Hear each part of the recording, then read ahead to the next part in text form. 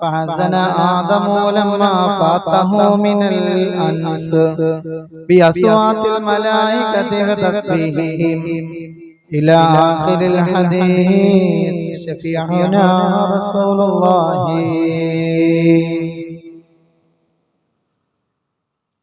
എതിരിടാൻ കരുത്തില്ല നിലയിൽ മക്കികൾ നിൽപ്പായി. അപ്പോൾ ഏകയിലാഹിൻ മനം തുറന്നൊന്നായി ദുആയിരക്കുകയായി. അബ്റഹത്തിന്റെ പടവന്ന് കഅബം തകർക്കുവാനണിയായി.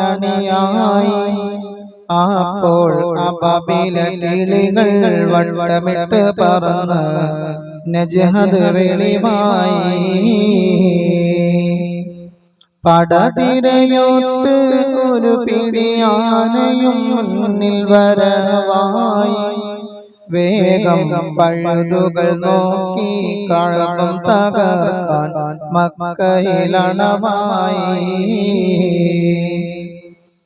എതിരിടാൻ കരുത്തില്ല നിലയിൽ മക്കികൾ നിൽപ്പായി.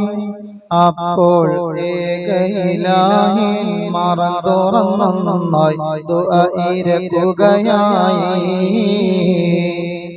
മനം തുറന്നുള്ളൊരു തേട്ടം ഇലാഹ് കബൂലാക്കുകയായി. ഉടനെ മാനമിൽ കൊച്ചു അബാബില കിളികൾ പാറി വരവായി. അബ്റഹത്തിന്റെ പടവന്ന് കഅബം തകർക്കുവാനണിയായി. അപ്പോൾ അബാബില കിളികൾ വട്ടമിട്ട് പറന്ന് നജ്ഹദ് വെളിവായി. ബഹുമാന ആദരവുകൾ നിറഞ്ഞ മുഅ്മിനീങ്ങളെ, അല്ലാഹുവിന്റെ അതിമഹത്തായ അനുഗ്രഹം കൊണ്ട് ഇന്ന് നാം ഇവിടെ ഒരുമിച്ച് കൂടി. നാളെ ഇതുപോലെ അല്ലാഹുവിന്റെ അനുഗ്രഹീത സ്വർഗ്ഗത്തിലും അല്ലാഹു നമ്മെ എല്ലാവരെയും ഒരുമിച്ച് കൂട്ടി അനുഗ്രഹിക്കുമാറാവട്ടെ. നമ്മിൽ നിന്നും വന്നുപോയ എല്ലാ പാപങ്ങളും കുറ്റങ്ങളും ദോഷങ്ങളും അല്ലാഹു അവന്റെ അളവറ്റ അപാര കാരുണ്യം കൊണ്ട് വിട്ടുപുറത്തു റബ്ബാക്കി തന്ന് അനുഗ്രഹിക്കുമാറാവട്ടെ. ഈ പള്ളിക്ക് ചുറ്റും അന്ത്യവിശ്രമം കൊള്ളുന്ന മുഴുവൻ മുഅ്മിനീങ്ങൾ മുഅ്മിനാത്തുകൾ സ്വാലിഹീങ്ങൾ സജ്ജനങ്ങൾ എല്ലാവരുടെയും ഖബറിടങ്ങൾ നീ സ്വർഗ്ഗമാക്കണ റബ്ബേ. അല്ലാഹുവേ, ഞങ്ങളുടെ ഓരോരുത്തരുടെയും കുടുംബങ്ങളിൽ നിന്ന് മരണപ്പെട്ടു പോയ ഞങ്ങളുടെ കാരണവന്മാര് വിവിധങ്ങളായ മസ്ജിദുകളിൽ അന്ത്യവിശ്രമം കൊള്ളുന്നു. അല്ലാഹുവേ, അവർക്കെല്ലാം നീ പൊറുക്കണ റബ്ബേ. ജീവിതത്തിൽ വന്നുപോയ എല്ലാ ദോഷങ്ങളും എല്ലാ കുറ്റങ്ങളും എല്ലാം വിട്ടുപുറത്തു അപ്പാക്കണ റഹ്മാനെ. എല്ലാവിധത്തിലുള്ള ഫിത്ന വസാദ് മുസീബത്തുകളെ നീ ലോക മുസ്ലിമീങ്ങളെ തൊട്ട് കാക്കണ റബ്ബേ. അല്ലാഹുവേ, പടച്ചവനെ, ഇന്ത്യ രാജ്യത്തെ എല്ലാ വെല്ലുവിളികളെയും നേരിടാനുള്ള കരുത്തും ശക്തിയും നീ ഞങ്ങൾക്ക് നൽകണ റഹ്മാനെ. ലോക മുസ്ലിമീങ്ങളെ നീ വിജയിപ്പിക്കണ റബ്ബേ. പരിശുദ്ധമായ ഹജ്ജിന് വേണ്ടി പോകാൻ കരുതിയിരിക്കുന്ന എല്ലാവർക്കും ഒരു തടസ്സവും ബുദ്ധിമുട്ടും കൂടാതെ പരിശുദ്ധമായ ഗേഹത്തിലേക്ക് എത്തിക്കണ റബ്ബേ. അല്ലാഹുവേ, അവരുടെ മനസ്സിലെ മുറാദുകളെ നീ ഹാസിലാക്കണ അല്ലാഹ്. തടസ്സങ്ങളെല്ലാം നീക്കണ റഹ്മാനെ. പ്രിയമുള്ളവരെ, ആ പുറയിലിരിക്കുന്നവരെല്ലാം ഇങ്ങോട്ട് കയറി പോരെ.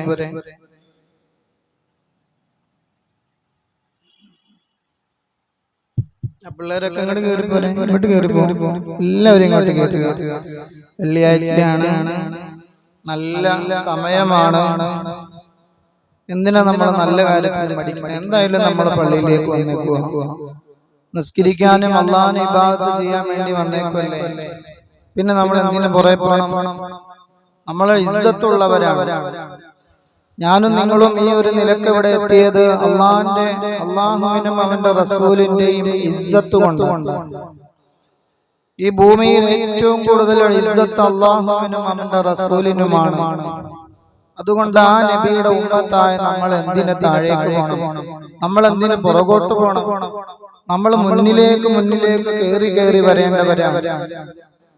അല്ലേ? നമുക്ക് ഒരു നബിയുള്ളൂ, നമുക്ക് എന്താണ്? ഒരു അള്ളാഹു ഉള്ളൂ, ഒരു ഗ്രന്ഥമുള്ളൂ. ഇതിൽ അടിയുറച്ച് വിശ്വസിക്കുന്നവനാണ് ഓരോ മുഅ്മിനും. ഈ ഒരു ഗ്രന്ഥം ഭൂമിയിൽ ഉള്ളിടത്തോളം ഒരൊറ്റ മനുഷ്യനും പേടിക്കേണ്ടതില്ല. കാരണം ഇത് അള്ളാഹുവിന്റെ പവിത്രമായ ഗ്രന്ഥമാണ്. ഈ ഒരു ഗ്രന്ഥത്തിൽ അടിയുറച്ച് വിശ്വസിക്കുന്ന മുഅ്മിനാണോ നിങ്ങൾ? ഒന്നും ഒരു ചുക്കും ഈ ദുനിയാവിൽ, ഇന്ത്യ രാജ്യത്തല്ല, ഈ ദുനിയാവിൽ നമുക്ക് പേടിക്കേണ്ടി വരില്ല.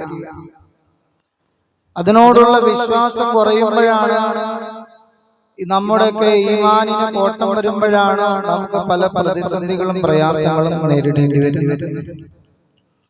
കഴിഞ്ഞ ഒരു ഇന്റർവ്യൂവിൽ ആരിഫ് ഖാൻ എന്ന് പറയുന്ന നിരീശ്വരവാദി പറയുക, ഞാൻ മറ്റുള്ള മതങ്ങളുടെ ഗീതയാണ്, ഭഗവത്ഗീതയും മറ്റ് ബൈബിളും അതുപോലെ രാമായണവും ഒക്കെ എനിക്ക് കത്തിക്കാൻ പേടിയില്ല, പക്ഷെ ഖുർആൻ കത്തിക്കാൻ എനിക്ക് പേടിയാണ്. അവൻ അല്ല ഇല്ല എന്ന് പറയുന്നവനാണ് അവൻ പറയുക, പക്ഷെ എനിക്ക് ഖുർആൻ കത്തിക്കാൻ പേടിയാണ്.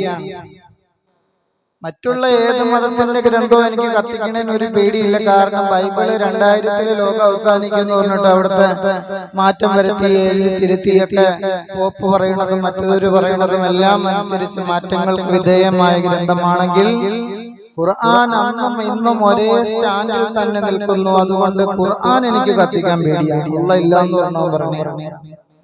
കാരണം വിവരം അറിയും, കത്തിച്ചു നോക്കട്ടെ. മുസൽമാൻ നമുക്ക് കത്തിക്കാൻ പേടിയില്ല. കാരണം നമ്മൾ പഠിച്ചേക്കണ എന്താ? പഴയ മുസഹഫുകൾ, പഴയതായി കഴിഞ്ഞാൽ ഉപയോഗശൂന്യമായ മുസഹഫുകൾ ഒന്നെങ്കിൽ അതിൽ കത്തിച്ച് ചാരമാക്കി ഒഴുക്കി കളയണം, അല്ലെങ്കിൽ ഉപയോഗശൂന്യമായ കിണറ്റിൽ കൊണ്ടുപോയി ഇടണമെന്ന് നമ്മൾ പഠിച്ചേക്കുന്നത് അല്ലേ? വിശുദ്ധമായ ഖുർആന്റെ ഉപയോഗശൂന്യമായ പേജുകളെല്ലാം പറഞ്ഞു പോയി കഴിഞ്ഞാൽ പിന്നെ എന്താ നമ്മൾ ചെയ്യാ? പലരും വിളിച്ചു ചോദിക്കാറുണ്ട്, ഉസ്താദേ ഈ പഴയ ഖുർആൻ എന്താ ചെയ്യാ? ഉപയോഗശൂന്യമായി കിടക്കുന്ന കിണറിൽ കൊണ്ടുപോയി നിക്ഷേപിക്കുക ഒന്നും, അല്ലെങ്കിൽ അത് കത്തിച്ച് ചാരമാക്കി നല്ല ഒഴുക്കുള്ള വെള്ളത്തിൽ ഒഴുക്കി കളയുക രണ്ട്. അല്ലാതെ വേറെ എവിടെയും വെച്ച് കഴിഞ്ഞാൽ അത് പൊടി തട്ടി മറ്റേ മോശമായി രീതിയിൽ അതിനെ എന്ത് ചെയ്യാൻ പാടില്ല, സ്പർശിക്കാൻ പാടില്ല. ഖുർആൻ തന്നെ പറയുന്നു, എന്താണ് ഖുർആനിന്റെ വാക്യ സൂറത്തിൽ തന്നെ പറയുന്നു, ഒരാളും ശുദ്ധിയില്ലാതെ ഇതിനെ തൊടാൻ പാടില്ല. ഒരാളും ഇതിനെ ശുദ്ധിയില്ലാതെ തൊടാൻ പാടില്ലാത്ത ഒരേ ഒരു സാധനമാണ് പരിശുദ്ധ ഖുർആൻ. ഉമർ റളിയല്ലാഹു അൻഹു സഹോദരി ഓതുന്ന ഖുർആനിന്റെ വാക്യം കേട്ട് വലിയ ആവേശത്തോടു കൂടി ആ പേപ്പർ, ആ ഖുർആന്റെ പേജ് ഇങ്ങോട്ട് തൊടാനും ഇങ്ങോട്ട് പിടിച്ചു പറിച്ച് മേടിക്കാനും പരമാവധി ശ്രമിച്ചു. പക്ഷേ സഹോദരി പറഞ്ഞു, തൊടാൻ പറ്റില്ല ഉമറേ, ഇത് തൊടണമെങ്കിൽ നീ കലിമത്തു ഷഹാദത്ത് ചൊല്ലി മുസ്ലിമായി ഒളു എടുത്തുകൊണ്ട് വന്നാൽ മാത്രമേ എന്ത് ചെയ്യാൻ പാടുള്ളൂ, ഈ സാധനം നിനക്ക് തൊടാൻ പാടുള്ളൂ. നീ എന്റെ ആങ്ങളെയാണെന്ന് പറഞ്ഞിട്ട് കാര്യമില്ല. അപ്പൊ സൂറത്തു ത്വാഹ കേട്ടുകൊണ്ടാണ് മഹാനായ ഉമർ റളിയല്ലാഹു അൻഹു തന്റെ സഹോദരിയുടെ വീട്ടിലേക്ക് ചെല്ലുന്നത്. മനസ്സിലായോ? അപ്പൊ ഇതിന്റെ എല്ലാം പ്രത്യേകത എന്താണ്? ലം യമസ്സുഹു ഇല്ലൽ മുത്തഹ്ഹറൂൻ, ശുദ്ധിയില്ലാത്തവരായി നിങ്ങൾ ഇതിനെ തൊടാൻ പാടില്ല. ശുദ്ധി വരുത്തിയതിനു ശേഷമേ പരിശുദ്ധമായ ഖുർആനിനെ തൊടാൻ പാടുള്ളൂ. അപ്പൊ ഖുർആന്റെ അഹ്ലുകാരായ നമ്മൾ എന്തിന് പേടിക്കണം? ഖുർആൻ തന്നെ പറയുന്നു, അഹ്ലുൽ ഖുർആനി അഹ്ലുല്ലാഹ്. നബി തങ്ങൾ പഠിപ്പിച്ചതാണ്, ഖുർആന്റെ അഹ്ലുകാർ അല്ലാഹുവിന്റെ അഹ്ലുകാരാണ്. പിന്നെ അവൻ ഈ ദുനിയാവിൽ ഏറ്റവും വലിയ ഫിത്നയാണ് ഫിത്നത്തുൽ ദജ്ജാൽ. ആ ദജ്ജാലിനെ തൊട്ട് 5 നേരം കാവൽ ചോദിച്ചുകൊണ്ടിരിക്കുന്ന മുസ്ലിമിന് ഇതിനേക്കാളും വലിയ ഫിത്ന ഇനി ദുനിയാവിലുണ്ടോ? വല്ലതും പേടിക്കാനുണ്ടോ? പറഞ്ഞു വരുന്നത്, ഇന്ത്യ രാജ്യത്ത് നടന്ന ഒരു ടെററിസ്റ്റ് അറ്റാക്കിനെ കുറിച്ച് നിങ്ങൾ അറിഞ്ഞു കാണുമല്ലോ. എല്ലാവർക്കും വളരെ വിഷമമായി പോയി. ഒരിക്കലും ഒരു തീവ്രവാദി ഒരു രാജ്യത്ത് ഒരു ടെററിസ്റ്റ് അറ്റാക്ക് നടത്തുമ്പോൾ കൊല്ലപ്പെടുന്നവന്റെ മതം ചോദിക്കാറില്ല, രാജ്യത്തിന് നാശനഷ്ടങ്ങൾ ഉണ്ടാക്കാനേ അവൻ നോക്കുകയുള്ളൂ. എവിടെങ്കിലും രാജ്യം നശിപ്പിക്കാൻ പോണ ആള്, നീ നിന്റെ പേരെന്താ, മുസ്ലിമാണോ, കാക്കായാണോ, ഹിന്ദുവാണോ എന്ന് ചോദിച്ചിട്ട് എവിടെങ്കിലും ഒരു ടെററിസ്റ്റ് അറ്റാക്ക് നടന്നതായിട്ട് ഈ ലോകത്ത് ഒരു ഭൂഖണ്ഡത്തിലും രേഖപ്പെടുത്തിയിട്ടില്ല. ഇന്ത്യയിൽ മാത്രം ടെററിസ്റ്റ് അറ്റാക്ക് നടത്തുമ്പോ നീ മുസ്ലിമാണോ, നിന്റെ പേരെന്താണ് ഇത് ചോദിച്ച് മുസ്ലിം അല്ലെങ്കിൽ മാത്രം തെരഞ്ഞെടുത്ത് അറ്റാക്ക് നടത്തുന്നവൻ അവൻ ടെററിസ്റ്റ് അല്ല. വർഗീയവാദിയാണ്. ഇന്ത്യ രാജ്യത്ത് വർഗീയ വിഷം കുത്തിവെച്ച് മുസ്ലിമീങ്ങളെയും ഹൈന്ദവരെയും ബ്രിട്ടീഷ് സൂര്യൻ അസ്തമിക്കാത്ത ബ്രിട്ടീഷ് സാമ്രാജ്യത്തിന്റെ ശക്തികൾ ഇന്ത്യ രാജ്യത്തെ ഭിന്നിപ്പിച്ച് ഭരിച്ചതുപോലെ ഇവിടുത്തെ മുസ്ലിമിനെയും ഹൈന്ദവരെയും കശാപ്പ് ചെയ്തുകൊണ്ട് വർഗീയ വിഷം ചീന്തി ഇവിടെ ഭിന്നിപ്പിച്ച് ഭരിക്കുക എന്നുള്ള നയം കൊണ്ടുവരാനുള്ള തന്ത്രപ്പാടിലാണ്. ഇതിനൊക്കെ നമുക്ക് സംശയങ്ങളുണ്ട്. ഇവിടുത്തെ എന്താണ് റിട്ടയർഡായ മേജർ രവി, പട്ടാളത്തിൽ നിന്നും റിട്ടയർഡായ മേജർ രവി തന്നെ പറഞ്ഞു, ഇതിനകത്ത് സംശയമുണ്ട്. ഒരിക്കലും ഒരു ടെററിസ്റ്റ് ഭീകരതാണ് അറ്റാക്കിന് വരുന്നവൻ ഒരിക്കലും മതം ചോദിച്ച ആൾക്കാരെ കൊന്ന ചരിത്രം ഇന്നോളമില്ല. ഇത് ആസൂത്രിതമായ പ്ലാനിംഗ് ആണ്. ഇത് ആസൂത്രിതമായ പ്ലാനിംഗ് ആണ്. മുസൽമാന്റെ വളർച്ചയിലുള്ള വ്യഗ്രതയാണ്, അസൂയയാണ്. പറയാൻ വാക്കുകളില്ല. എന്താണ് ഇനി ചെയ്യേണ്ടത്? ഫറോവക്കുണ്ടായി ഇതുപോലത്തെ ബുദ്ധിമുട്ട്, ഫിറഔനിനുണ്ടായി ഇതുപോലത്തെ ബുദ്ധിമുട്ട്. മുസ്ലിമീങ്ങളുടെ വളർച്ചയിൽ എല്ലാ കുഞ്ഞുങ്ങളെയും കൊണ്ടുവന്നു. 70,000 കുഞ്ഞുങ്ങളെ ബനു ഇസ്രായേൽ, അതും ആൺമക്കളെ. ബനു ഇസ്രായേലിലെ 70,000 ആൺകുട്ടികളെ കൊന്നു കളഞ്ഞവനെ ഫറോവ. മുസ്ലിമിന്റെ ഇസ്ലാമിന്റെ വളർച്ചയുടെ കാര്യം ഓർത്ത് ഭയപ്പെട്ട് ബേജാറിലായി. പക്ഷെ അവിടെ നിന്നോ അവനെ കൊല്ലാനുള്ള ആളെ അല്ലാഹു തആല വളർത്തിയത് അവന്റെ കൊട്ടാരത്തിൽ തന്നെ അവന്റെ മുതല് കഴിച്ച് അവന്റെ ഭാര്യയുടെ കൂടെ. ഇതാണ് അല്ലാഹു നീതിമാനാണ്. അല്ലാഹു കാവ്യനീതി നടപ്പാക്കുന്നവനാണ്. കാലം ഒരിക്കലും കാവ്യനീതി നടപ്പാകാതെ ഈ ലോകം ഇവിടെ നിന്ന് അവസാനിച്ചിട്ടില്ല. ഹജ്ജിന്റെ യാത്രയൊക്കെ നടക്കുന്ന സന്ദർഭമാണ്. മനുഷ്യൻ യാത്ര തുടങ്ങുന്നത് സ്വർഗത്തിൽ നിന്നാണ്. ഭൂമിയിലല്ല മനുഷ്യന്റെ യാത്ര തുടങ്ങിയത്. മനുഷ്യന്റെ യാത്ര തുടങ്ങിയത് സ്വർഗത്തിൽ നിന്നാണ്.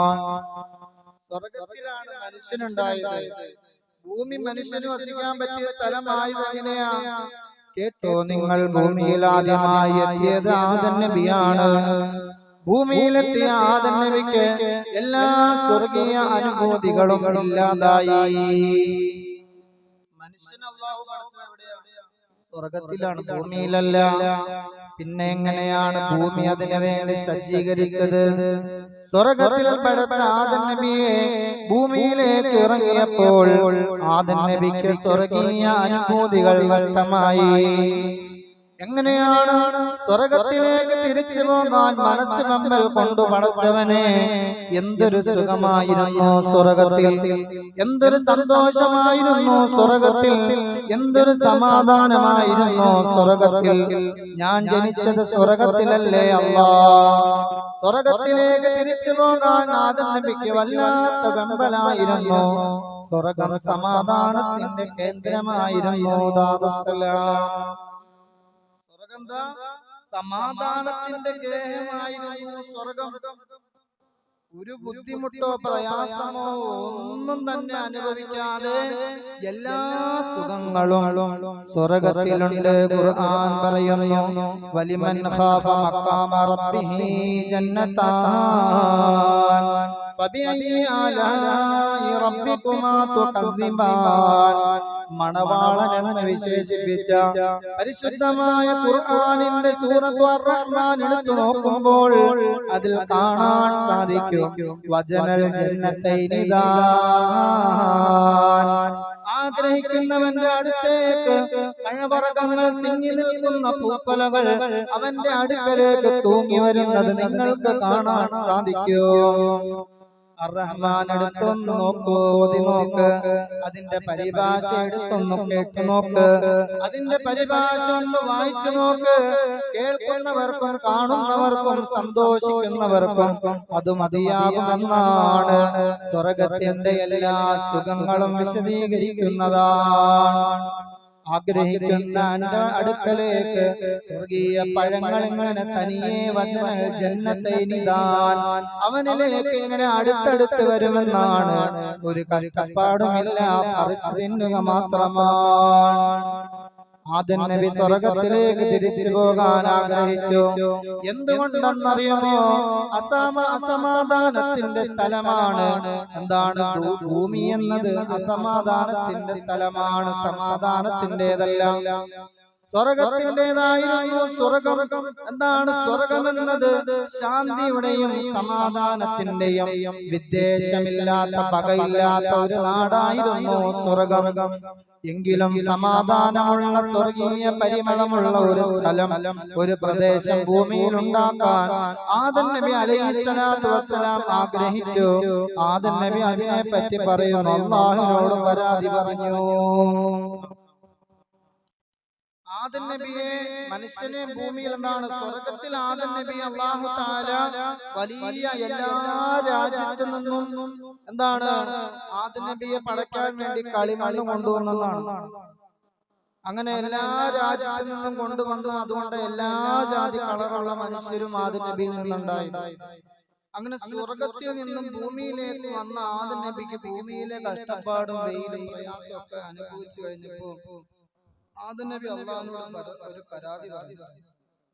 ഒരു പർവ്വതത്തിന്റെ മേലോ അല്ലെങ്കിൽ ഭൂമിയിലോ ഖാലിബിന് അബ്ബാസ് റളിയല്ലാഹു അൻഹു ഫലമ്മാ അഹബത ആദമു അലാ ജബലിൻ നൂദി കാനത് റിജ്ലാഹു തംസാനിൽ അർള വറസഹു ബിസ്സമാ. ആദം നബിയെ പടച്ചു കഴിഞ്ഞപ്പോ കാല് രണ്ടും ഭൂമിയില്, തല രണ്ടും ആകാശത്ത്. അത്രയും പൊക്കമുള്ള മശ്രിഖ് എന്താണ് കിടന്നു കഴിഞ്ഞാൽ മശ്രിഖ് മുതൽ മഗ്രിബ് വരെ നീളം പോലെയാണ് ആദം നബിയെ അല്ലാഹു തആല പടച്ചത്. ആദം നബി പരാതി പറഞ്ഞതെന്താ? ഭൂമിയിലേക്ക് ഇറങ്ങിയപ്പോൾ കാനത് റിജ്ലാഹു തംസാനിൽ അർള, കാല് രണ്ടും ഭൂമിയിലാണെങ്കിൽ വറസഹു ബിസ്സമാ, ആദം നബിയുടെ തല ആകാശത്തിലായിരുന്നു. ആദം നബിക്ക് ഭയങ്കര പൊക്കാർന്നു. അങ്ങനെയോ മാത്രമല്ല വയസ്മഉ തസ്ബീഹൽ മലായിക, ആദം നബി ഭൂമിയിലൂടെ ഇങ്ങനെ നടന്നു പോകുമ്പോൾ വാനലോകത്തുള്ള ആകാശത്തിലെ മലക്കുകളുടെ തസ്ബീഹ് ആദം നബി കേൾക്കുമായിരുന്നു. ഫകാനത തഹാബഹു ഫസഅൽതുല്ലാഹ അൻ യൻഖുസ മിൻ തൂൽ. അങ്ങനെ ആദം നബി നടന്നു പോകുമ്പോഴൊക്കെ മലക്കുകളുടെ തസ്ബീഹും അവരുടെ സംസാരമൊക്കെ കേട്ട് കേട്ട് ആദം നബി പറഞ്ഞേ, അല്ലാഹുവേ എന്റെ പൊക്കം ഇത്തിരി ഒന്ന് കുറയ്ക്കുകയോ? ആദം നബി അല്ലാഹുവിനടുത്ത് ചോദിച്ചു. അങ്ങനെ എന്ത് ചെയ്തു? അദ്ദേഹത്തിന് ബുദ്ധിമുട്ടായപ്പോൾ അല്ലാഹു ആദം നബിയോട് ചോദിച്ചു, അയ്യൻഖുസ മിൻ തൂലിഹി. ആദം നബി നടന്നു പോകുമ്പോൾ കാല് ഭൂമിയിലും തല ആകാശത്തുമായത് വളരെ പ്രയാസമായപ്പോൾ അല്ലാഹുവിനോട് ഒരു റിക്വസ്റ്റ് ചെയ്തു, എന്റെ നീളം കുറച്ച് കുറയ്ക്കുമോ? അങ്ങനെ ഫനുഖിസ തൂലുഹു ഇലാ 60 ദിറാഅ, 60 മുഴമായി ആദം നബിയുടെ പൊക്കത്തെ അല്ലാഹു കുറച്ചു. അങ്ങനെയാണ് 60 മുഴം ഏകദേശം ഒരു തെങ്ങിൽ 2 തെങ്ങിന്റെ ഉയരത്തിലുള്ള ആളാക്കി മാറ്റി. അങ്ങനെ ഫനുഖിസ തൂലുഹു ഇലാ 60 ദിറാഅ, 60 മുഴം നീളമാക്കി കഴിഞ്ഞപ്പോൾ ഫഹസന ആദമു ലമ്മാ ഫാതഹു മിനൽ അൻസി ബിഅസ്വാത്തിൽ മലായികതി ബിതസ്ബീഹിഹി. ദുനിയാവിൽ വേറെ മനുഷ്യരില്ല, ആദം നബിക്ക് വേറെ കൂട്ടുകാരില്ല, മക്കളില്ല, ഭാര്യയില്ല, ഭാര്യയെ കണ്ടുപിടിച്ചിട്ടില്ല. അറഫ എന്താണ്? അറഫയിൽ വെച്ചാണ് മഹദിയായ എന്താണ് ഹവ്വാ ബീവിയെ കാണുന്നത്. പക്ഷേ കാണുന്നതിന് മുന്നേ ആദം നബി ഒറ്റയാണ്. ഭൂമിയിലൂടെ നടക്കുമ്പോൾ ആദം നബിക്ക് ആകെ ഉണ്ടായിരുന്ന നേരം പോക്ക് മലക്കുകളുടെ തസ്ബീഹും അവരുടെ സംസാരവുമായിരുന്നു. അങ്ങനെ ആദം നബിയുടെ പൊക്കം അല്ലാഹു തആല 60 മുഴമാക്കിയപ്പോൾ ഫഹസന ആദമു ലമ്മാ ഫാതഹു മിനൽ അൻസി, നേരം പോക്കാക്കിയിരുന്ന അവസ്ഥയിൽ നിന്നും മാറ്റം വന്നപ്പോ ആദം നബി വിഷമിച്ചു. ബിഅസ്വാത്തിൽ മലായികതി വതസ്ബീഹിഹി, ഭൂമിയിൽ വേറെ ഒരാളുമില്ല, ആദം നബി മാത്രമുള്ളൂ. മലക്കുകൾ തസ്ബീഹ് കേട്ടുകൊണ്ടുള്ള ആനന്ദം നഷ്ടപ്പെട്ടപ്പോൾ ഫഖാല ആദം നബി പറഞ്ഞു, യാ റബ്ബി, അല്ലയോ എന്റെ രക്ഷിതാവേ, കുന്തു ജാറക ഫീ ദാരിക, എന്റെ ഭൂമിയാകുന്ന വീട്ടിൽ നീ എന്റെ അയൽവാസിയാണ്, നീ എന്റെ റബ്ബാണ്, നീ എന്റെ അയൽവാസിയാണ്. അതുകൊണ്ട് ലൈസ ലീ റബ്ബൻ ഗൈറക, നീയല്ലാത്ത ഒരു റബ്ബ് എനിക്കില്ല. അദ്ഖൽതനീ ജന്നതക, നീ എന്നെ സ്വർഗ്ഗത്തിൽ പ്രവേശിപ്പിച്ചില്ലേ. ആകിലു മിൻഹാ ഹൈതു ശിഅത, ആ സ്വർഗ്ഗത്തിൽ ഞാൻ ഇഷ്ടമുള്ളത് ഭക്ഷിച്ചവനാണ്, ആ സ്വർഗ്ഗത്തിൽ ഞാൻ ഇഷ്ടമുള്ളത് കഴിച്ചവനാണ്, ആ സ്വർഗ്ഗത്തിൽ ഞാൻ ഇഷ്ടം പോലെ വിരഹിച്ചവനാണ്. എന്റെ സ്വർഗ്ഗത്തിൽ, ആ സ്വർഗ്ഗത്തിലുണ്ടല്ലോ എന്റെ ഇഷ്ടാനുസരണം എനിക്ക് യഥേഷ്ടം ജീവിക്കാൻ സാധിച്ചവനാണ്. എനിക്ക് ഏതെല്ലാം പുൽമേടുകളിൽ എത്ര സന്തോഷത്തോടെയാണ് ഞാൻ അവിടെ ജീവിച്ചത്.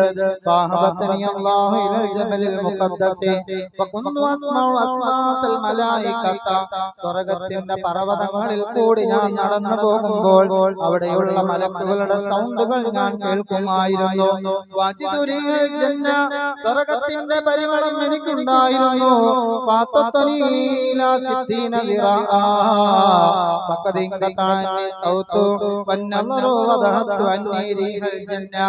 അത് മാത്രമല്ല, സ്വർഗ്ഗത്തിലേക്ക് ഇറക്കിയപ്പോൾ, സ്വർഗ്ഗത്തിൽ നിന്നും ഭൂമിയിലേക്ക് ഇറക്കിയപ്പോൾ എന്റെ പൊക്കത്തിന്റെ കാരണം കൊണ്ട് മലക്കുകളുടെ സൗണ്ടുകളും തസ്ബീഹുകളും ഞാൻ കേട്ടിരുന്നു. പക്ഷേ ഇപ്പോൾ എന്റെ പൊക്കം 60 മുഴമാക്കിയപ്പോൾ എല്ലാ സുഖങ്ങളും പോയി. മലക്കുകളുടെ ശബ്ദം കേൾക്കാതായി, മലക്കുകളുടെ തസ്ബീഹ് കേൾക്കാതായി, സ്വർഗ്ഗത്തിന്റെ വാസന പോലും എനിക്ക് കിട്ടാതായി. ഈ ആവലാദികൾ പറഞ്ഞപ്പോൾ അതിന് പരിഹാരമായി ആദം നബിയോട് അല്ലാഹു പറഞ്ഞു, നീ കഅബ പണിയണം, നീ കഅബ പണിയേ. കഅബ പണിയാൻ ആദം നബിയോട് കൽപ്പിച്ചു. അതിന് ചുറ്റും അല്ലാഹു തആല ഹറമാക്കി സമാധാന ഗേഹമായി നിശ്ചയിച്ചു. ഖുർആൻ പറയുന്നു, വൈദ ഖാല റബ്ബുക വൈദ ഖാല ഇബ്രാഹീമു റബ്ബി ജ്അൽ ഹാദാ ബലദൻ ആമിനാ വർസുഖ് അഹ്ലഹു മിനസ് തമറാത്ത്. അല്ലാഹുവേ, ആദം നബിയുടെ ദുആയാണ് പരിശുദ്ധമായ കഅബാലയത്തെ നിർഭയത്വത്തിന്റെ ഗേഹമാക്കണേ. ആടും ചെന്നായിയും കണ്ടാൽ കഅബാലയത്തിന്റെ പരിസരത്താണോ മസ്ജിദുൽ ഹറമിന്റെ പരിസരത്താണോ അവർ തമ്മിൽ പരസ്പരം ആക്രമിക്കില്ല. അതുപോലെ തന്നെ ഉപ്പയെ കൊന്നവനും പരിശുദ്ധമായ ഹറമിൽ ചെന്നാൽ അവര് സ്നേഹിതന്മാരാണ്. എന്തുകൊണ്ടാണ്? ഇബ്രാഹിം നബി ദുആ ചെയ്തു, അല്ലാഹു ഇദകാല ഇബ്രാഹിം റബ്ബി ജഅൽ ഹാദാ ബലദൻ ആമിനാ, ഇത് നിർഭയത്വത്തിന്റെ വീടാക്കണേ അല്ലാഹ്. വർസുഖ് അഹ്ലഹു മിനസ് തമറാത്ത്, എല്ലാവിധ എന്താണ് പഴവർഗ്ഗങ്ങളെ കൊണ്ടും റിസ്ക് കൊണ്ടും അല്ലാഹു തആല ആ നാടിനെ സമ്പൽ സമൃദ്ധിയിലാക്കി. ഖുർആൻ ഇങ്ങനെ രണ്ട് അഭിപ്രായമുണ്ട് പണ്ഡിതന്മാരുടെ ഇടയിൽ. ആദം നബിയുടെ ദുആന്റെ ബറക്കത്ത് കൊണ്ടാണോ, ഇബ്രാഹിം നബിയുടെ ദുആ ചെയ്തത് കൊണ്ടാണോ കഅബാലയത്തിൽ ഇത്രയും പരിശുദ്ധമായ മക്ക ഇത്രയും സമ്പൽ സമൃദ്ധമാക്കിയതെന്ന്? എന്തായാലും ചരിത്രം വിശാലമാണ്. ഞാൻ പറഞ്ഞു വന്നത്, ആദം നബിക്ക് വേണ്ടി അല്ലാഹു തആല ഭൂമിയിൽ സ്വർഗ്ഗമൊരുക്കാൻ തീരുമാനിച്ചു. അങ്ങനെ കഅബാലയം പണിതു. അതിൽ 2 കല്ലുകൾ മഖാം ഇബ്രാഹിം, ഹജറുൽ അസ്വദ്, ഇങ്ങനെ സ്വർഗ്ഗത്തിൽ നിന്നുള്ള ഓരോ ആധാറുകൾ അല്ലാഹു തആല ഭൂമിയിലേക്ക് കൊണ്ടുവന്നു. അപ്പോഴതാ പരിശുദ്ധമായ കഅബാലയം പണിതപ്പോ അതിനു ചുറ്റും അല്ലാഹുവിന്റെ മാലാഖമാര് റൗണ്ട് ചുറ്റി അതാ കഅബാലയത്തെ വലയം ചെയ്യുന്നു. അപ്പൊ ആദം നബിക്ക് മലക്കുകളെ കാണാൻ പറ്റി. അങ്ങനെ ഹജറുൽ അസ്വദ് ഭൂമിയിലേക്ക് 2 കല്ലുകളെ സ്വർഗ്ഗത്തിൽ നിന്നും പരിശുദ്ധമായ കഅബാലയത്തിലേക്ക് ഇറക്കിയപ്പോൾ അതിന്റെ പ്രകാശത്തെ അല്ലാഹു തആല കെടുത്തി കളഞ്ഞതാണ്. കാരണം സ്വർഗത്തിലെ ഹൂറുലീങ്ങളിൽപ്പെട്ട ഏതെങ്കിലും ഒരു ഹൂറുലീനിന്റെ പല്ലിന്റെ പ്രകാശമെങ്ങാനും ഭൂമി ലോകത്തടച്ചാൽ ഭൂമി ലോകം മുഴുവനും കത്തിജ്വലിക്കുന്ന സൂര്യനെ പോലെ പ്രകാശിപ്പിക്കുമെന്ന് നബി മുഹമ്മദ് മുസ്തഫ. അതുകൊണ്ട് അല്ലാഹു തആല ആദം നബിയുടെ റിക്വസ്റ്റ് പ്രകാരമാണ് പരിശുദ്ധമായ കഅബാലയം ഭൂമിയിൽ പണിയാനും ലോകത്തുള്ള വിശ്വാസികൾ ഹൃദയം കൊണ്ടും നെഞ്ചുകൊണ്ടും കൽബ് കൊണ്ടും തിരിഞ്ഞു നിന്ന് നിസ്കരിക്കുന്ന വിശ്വാസിയുടെ ഗേഹമാണ്. എന്താണ് പഹൽഗാമിലും എന്താണ് കൊല ചെയ്യപ്പെട്ട മലയാളിയായ രാമചന്ദ്രന്റെ മകൾ പറയുന്നു, മുസാഫിർ എന്ന് പറയുന്ന സഫർ എന്ന് പറയുന്ന രണ്ട് സുഹൃത്തുക്കൾ ഉണ്ടായിരുന്നു എനിക്ക്. എന്റെ കൂടപ്പറപ്പങ്ങളെക്കാൾ സ്നേഹമാണ്. അന്ന് അവരുടെ മുന്നിൽ ടെററിസ്റ്റുകൾ അവരുടെ മുന്നിൽ വന്ന് അറ്റാക്ക് നടത്തുമ്പോൾ നോക്കൂ നിങ്ങൾ, സയ്യിദ് ആദിൽ ഹുസൈൻ എന്ന് പറയുന്ന ചെറുപ്പക്കാരൻ വേണമെങ്കിൽ അവരുടെ തോക്കിന്റെ മുനയിൽ നിന്നും അവനക്ക് രക്ഷപ്പെടാമായിരുന്നു. ഒരു കാശ്മീരിയാണെന്ന് അറിഞ്ഞിട്ടുകൂടി അവനെ കൊല്ലാതെ മാറ്റി നിർത്തിയിട്ട് അവൻ കൊണ്ടുപോയ ടൂറിസ്റ്റുകളെ കൊല്ലാൻ വേണ്ടി വെമ്പൽ കൊല്ലുമ്പോൾ ടെററിസ്റ്റിന്റെ ചൂണ്ടിൽ നിന്നാണ് തോക്കിന്റെ മുന്നിലേക്ക് വിരിമാറ് മാറ്റിക്കൊണ്ട് ചെന്നുകൊണ്ട് സധൈര്യം അവന്റെ തോക്ക് പിടിച്ചു മാറ്റാൻ ചെല്ലുമ്പോൾ സയ്യിദ് ആദിൽ ഹുസൈൻ എന്ന് പറയുന്ന കാശ്മീരിയായ മുസൽമാൻ ഉണ്ടല്ലോ, ഒരിക്കലും ആ മുസൽമാൻ മറ്റൊരാളെ പകവച്ചു കൊടുക്കുന്നതല്ല, മറ്റൊരാളെ പാരവയ്ക്കുന്നവനല്ല. വർഗീയത കൊണ്ട് മുസൽമാൻ എന്താണ് ഇന്ത്യ രാജ്യത്തെ സഹോദര മതത്തിൽപ്പെട്ടവരെ ഒറ്റുകൊടുക്കുന്നവനല്ല, ധീരമായ രക്തസാക്ഷിയാണ് അവൻ വഹിച്ചത്. അതുകൊണ്ട് ഇന്ത്യ രാജ്യത്ത് സുപ്രീം കോടതി ഇവിടത്തെ ഭരണകൂടങ്ങൾക്കെതിരെ കണിശമായ താക്കീതുമായി മുന്നോട്ട് വന്നപ്പോൾ ഇതിനു മുൻപും ഇവിടെ ടെററിസ്റ്റ് അറ്റാക്കുകൾ ഉണ്ടായിട്ടുണ്ട്. ശ്രദ്ധ തിരിക്കുക. ആയിരം പള്ളികൾ തകർത്താലും ആയിരം നിസ്കാര സ്ഥലങ്ങൾ കത്തിച്ചാലും ആയിരം മുസഹഫുകൾ കത്തിച്ചാലും ഇന്ത്യ രാജ്യത്തെ ഒരൊറ്റ മുസ്ലിമും ഈ ഇന്ത്യ രാജ്യത്തെ ഒരു അമ്പലത്തിന്റെയോ ക്ഷേത്രത്തിന്റെയോ ഒരു തരി മണ്ണ് പോലും എടുക്കാൻ പോവില്ല. കാരണം അവന്റെ ഈമാൻ അനുവദിക്കുന്നില്ല. അതാണ് പരിശുദ്ധമായ ഒരിക്കലും ഒരാളുടെയും അർഹതയില്ലാത്ത ഒരു തരി മണ്ണ് പോലും മുസൽമാന് വേണ്ട. അത് അങ്ങനെയുള്ള ഒരു മതത്തിന്റെ അനുയായിയാണ് നമ്മൾ. ജനങ്ങളെല്ലാം മനസ്സിലാക്കാനും പ്രവർത്തിക്കാനും അല്ലാഹു തൗഫീഖ് ചെയ്യുമാറാവട്ടെ. സ്ഥലം വാങ്ങുന്നതിലേക്ക് ഒരു സഹോദരൻ 15,000 രൂപ സംഭാവന, മരണപ്പെട്ട മാതാപിതാക്കൾക്ക് വേണ്ടി 250 രൂപ, എല്ലാ മുറാദുകളും ഹാസിലാവാൻ 100 രൂപ, സ്ഥലം വാങ്ങുന്നതിലേക്ക് ഒരു സഹോദരൻ 10,000 രൂപ, മറ്റൊരു സഹോദരൻ 10,000 രൂപ, മരണപ്പെട്ട മാതാപിതാക്കൾക്ക് ദുആ ചെയ്യാൻ 200 രൂപ. മഹ്ലാർ കോയ തങ്ങളുടെ പിരിവ് പുറത്താളുണ്ടാകും, സുഖമില്ല എന്ന കത്ത് ലഭിച്ചിട്ടുണ്ട്. എല്ലാവരും നമ്മളെ കഴിയുന്ന ഒരു സഹായം ചെയ്തു കൊടുക്കുക. 3 സ്വലാത്ത്. സല്ലല്ലാഹു അലാ മുഹമ്മദ് സല്ലല്ലാഹു അലൈഹി വസല്ലം, സല്ലല്ലാഹു അലാ മുഹമ്മദ് സല്ലല്ലാഹു അലൈഹി വസല്ലം. اللهم صل على محمد يا ربي صل عليه وسلم. അർഹമുർറാഹിമീനായ രാജസയ്യിദായ തമ്പുരാനെ, അല്ലാഹുവേ ഞങ്ങൾ ചൊല്ലിയ സ്വലാത്ത് നീ സ്വീകരിക്കണേ അല്ലാഹുവേ. പരിശുദ്ധമായ പള്ളിയുടെ സ്ഥലം വാങ്ങുന്നതിലേക്ക് ഒരു സഹോദരൻ 15,000 രൂപ നീ സ്വീകരിക്കണേ നീ മുറാദുകൾ ഹാസിലാക്കണ റബ്ബേ.